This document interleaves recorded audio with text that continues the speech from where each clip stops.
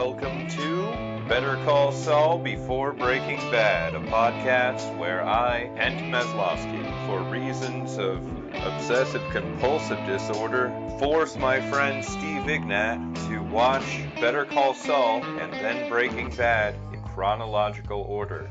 This is Better Call Saul Before Breaking Bad. All right, that was Season 2, Episode 4, Gloves Off.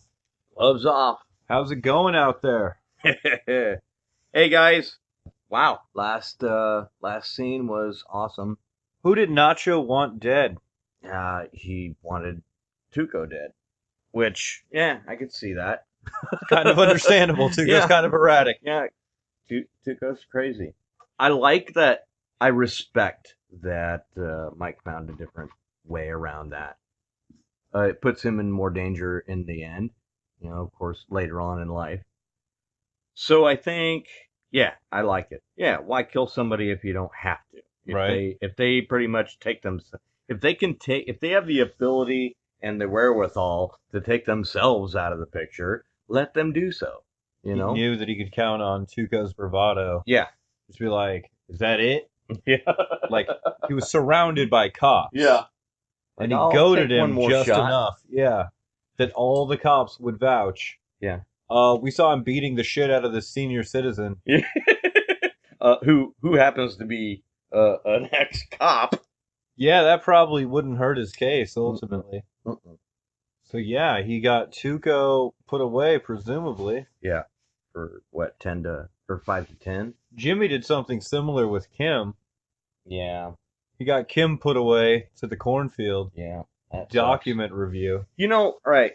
So Jimmy needs a little humility, I think. And it's sad. It's like you want him to do better. I've said this before. Yeah, I want Jimmy to do better. Does he have it in him to do better? You know, it's funny. Yeah, you think he would. He's smart. Jimmy's fucking smart as shit. Why does he not see these things? And Smart people constantly undermine themselves. Yeah, that's true. That can happen. I just hope I'm not doing that to myself. No, you're doing worthwhile pursuits like watching Better Call Saul and talking about it. Who would have thought this would be such a dead end? But dead end it is. But we do want to thank anyone who supported us thus far. Yeah, definitely. Thanks so much for this. Super nice of you. We are going to keep going. All the new followers that we're having. Yes, we have committed to doing this, following it through the whole universe. Next episode is Rebecca? Rebecca is the next episode. Is that, who is Rebecca that girl right there? No, that's, I want to say Amy. Okay, all right. That's the one who talks really fast and yeah, and can't find the document but has it. She's funny. I like her. Yeah, she is. I haven't seen much of her, but it's like, oh well, yeah, she means well. She does mean well. That is definitely a thing you can argue. Trying. She is. There were only 2 storylines for this Mhm. episode, rather than 3. I mean, I think a lot of other ones only had 3, but these might have been a little more involved. There's a cool scene with the arms dealer. Yeah. They left that open for him to be a character Mhm. in the show, which is cool. I like that. Oh gosh. So that scene, and this is why I appreciate that, because I've studied metallurgy, and everything he said made perfect sense. And like I said, if you speak metallurgy, you understand everything he said. With regards to the serial numbers. Yeah. And Serial number. And he's like, yeah, I stippled the metal, and I saw both hands of cards played out in that little conversation. I'm going, yep, that makes sense. Good. This is the world that the Canadian gangster got himself involved in. Like, this is the crime world. Like, he goes so far beyond, don't buy a bright yellow Hummer. Right. Like, there are so many rules to this world. And, like, that's why it's so shocking. Anytime Mikey. Anytime I just like calling him That's Mikey. right. Anytime Mike leaves something open, like he doesn't answer. You know, he's like, no, I don't feel like talking. He doesn't say, I don't want to answer that. He just, I'll let you wonder about that. It's usually never anything that really has any weight. You know, he doesn't have to answer it. He's like, yeah, you went through a lot of trouble not to pull a trigger. And you want to talk for Mikey at that point. You're like, yeah, because Mikey's seen enough killing. Obviously, Mikey doesn't want people to have to die. He has a great philosophy. I deeply respect that philosophy. Philosophy is basically whatever I have to do for Kaylee. Yeah, well, within reason. I think he's got reason, you know? Well, he's already been quasi-investigated for 2 murders, so he Yeah, has to but be see, kind of under the radar. those murders were... No, yeah. Tell me how you could legally justify lying in wait for 2 cops. Well, yeah, right. That's 2 first-degree murders. Well, no, he didn't. He, of course, waited for them to go through with getting ready to murder him. Yeah, he ensured that they would. I don't think he ensured that they would. That's why they picked him up. Yeah, well, Because of what he said to him. yeah. made sure. When should words beget violence? Ever?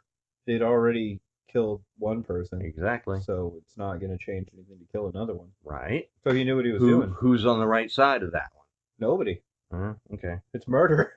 Yeah, no, it's no. First-degree murder. That's what I'm saying. I get it's murder, but if they were already planning on murdering you, and if they've already murdered somebody in your family, I kind of side with Mikey on that. Well, sure, you're supposed to. That's what it's written. I'm not saying it's a legal precedent, you know. He's no better than they were. Yeah. He even said that. Yeah. He was on the take the same way they were. Yeah. True. Yeah.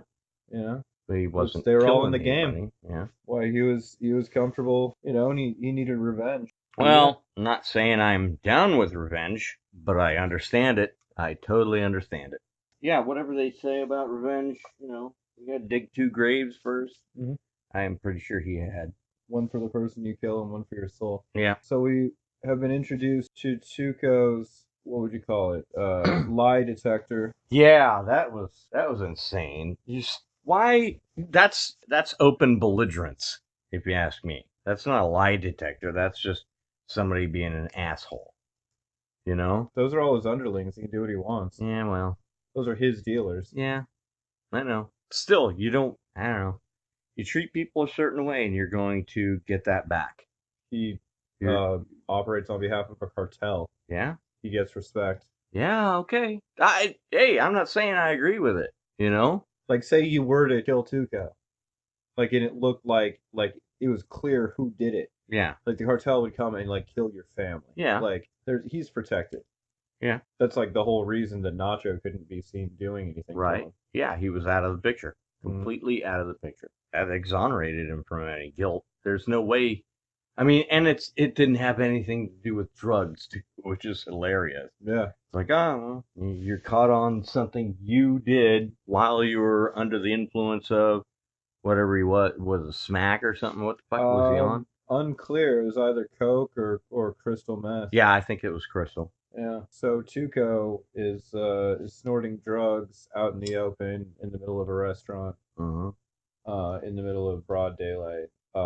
And his sweet gun got knocked under the car. Nobody's fingerprints on that gun except his. Yep. Yeah, things don't look good for Tuco. Yeah. Well, and nobody had to pull a trigger. Nobody had to pull the trigger. I still like the arms dealer guy. Mm-hmm. It's like he's one of those, like, in a world of people who are, like, disreputable. Like, he seems to be a pretty straight arrow. Like, what he does is kind of despicable, but at the same time, it's understandable. So it's like you're filling a demand. Absolutely. It's doing good business. So the next episode is entitled Rebecca. What do you think is going to happen in Rebecca? Well, I don't know. All right. Gosh. Good guess. The whole, just the scenario of me making predictions is bad endlessly shit. entertaining. It's fucking bad shit. It's crazy. fantastic. I have no idea what's going to happen next. I don't. How could I have any foresight? Tuco gets shanked. Well, like 40 seconds into the episode. Just goes to the shower, then just bah! What did Tuco do? Oh, there's that asshole. But Yeah. he's still connected. Could be another cartel. Yeah, that's possible. Anyone can be bought in prison. Jeez. Yeah. A couple of packs of cigarettes. Or just threaten their family. Whatever. Whatever you need to do. This, as a disclaimer, we don't endorse doing things to people's families. Shout out to or hiring whatever. people in prison for packs of cigarettes. Mexicans got on boots. that is one of the best bits I've seen. Yeah, this is not happening. We were watching that last night. Hilarious. Oh, Jesus. Hilarious. All right. So, no idea what happens in the next episode. What would you guess? Okay, so he's still on board with the firm. They still have him hired, but he is going to be under more scrutiny, as was said by Ed Begley Jr.'s character, who doesn't. Ed Begley Jr. You could probably drop the junior by now. Everybody knows who you are. So no idea what could possibly happen in the next episode. No, none. I got no idea. No idea. All right. So why doesn't he get something with bigger cup? Be happy with the little things in life. He supposedly could, because they said that he could swap out a car at any time. Yeah, I'd be happy. Like, get me something. Maybe it hasn't occurred to him. And hopefully it won't be a minivan, because I can't stand minivans either. Minivans are the scourge of the road.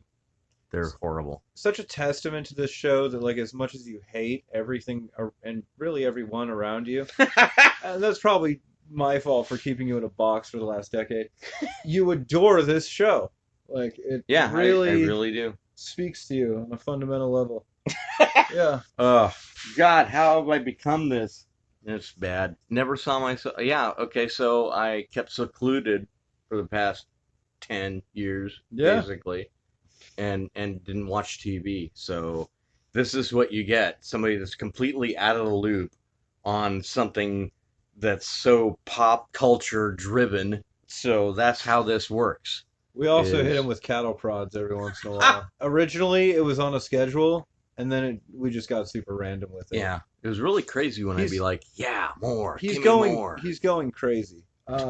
Anyway, so the next episode is entitled Rebecca. So, Rebecca. Rebecca will be the name of a client, a breakthrough client in the case. What case? The sandpaper case. Sandpaper. Yeah, Sandpiper. Why? If it's so close to one letter away from Sandpiper. Well, okay, there's two P's in Piper. I mean, it's kind of a vastly different concept between an abrasive. Yeah, abrasive, exactly. Exactly, material or a bird. There's but a if fair somebody's amount of difference. stealing from old people, aren't they just abrasive? So sandpaper is fitting. I stand by it. It's fitting, but like you wouldn't want to brand yourself that way because you're really giving it away. Yeah. We're gonna fuck up your old ass relatives. We're gonna take everything you own. 80 grits, son. 80 grits, that's what you fix your mistakes with. Yeah. That's right. Fix you. That's what you start fixing your mistakes with. Fix you with some 80 grit. All right, so Sandpaper Crossing. Yeah, that's who Rebecca is. That's my prediction. Rebecca. She's a new client. Yeah. She's an old ass lady. And she's a breakthrough who calls in because of that commercial. Oh yeah, here is a prediction. They're going to keep going with that commercial because even though it was a mess up, they're keeping him on. Yeah. They just want him to have a little humility. Will you clue us in on what you're doing, you fuck? Yeah. And I take it. Like, I get Chuck's side of the whole thing. I get that.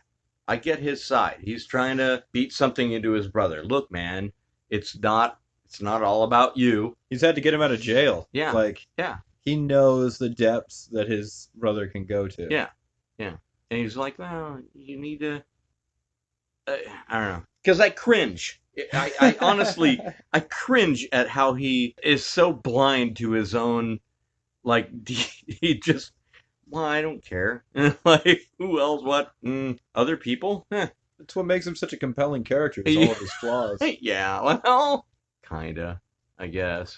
Much like me, I guess. All right. So Keep that. Steve's getting a pinky ring. Keep that. No, I don't need a pinky ring. I get a ring on the one piece of jewelry for the past 20 years. One piece of jewelry that wasn't a wedding ring, however many years ago that was. We let him keep the ring when we threw him in the box. Yeah. All right. So in the next episode, something from sandpaper will cause an old ass lady to call upon Jimmy. I think you call him Mikey because it's Jimmy and Mike. Okay. And you're trying to have some kind of like symmetry. Maybe. That's good. But wouldn't I just go the opposite? If I was playing contrary, then I'd say Jim and Mikey. I don't know how shit works. I don't know how my brain works. Will you give me a break? Yeah. That's not how this works. So we will catch up with you after we have seen the next episode, which is entitled Rebecca. Rebecca. Who is probably a character of some sort, we think. Or maybe a flower pot. Possibly the flower pot is named Rebecca. We will find flower out. Within the flower pot. Someone just has a bunch of flowers they've named. Yeah. A crazy person. Chuck. Yeah. I like it. All right. So Chuck has a flower pot named Rebecca. That's what we imagine was going to happen next one. There we go. All right. Sounds Take good it enough. easy, guys. See you later, guys.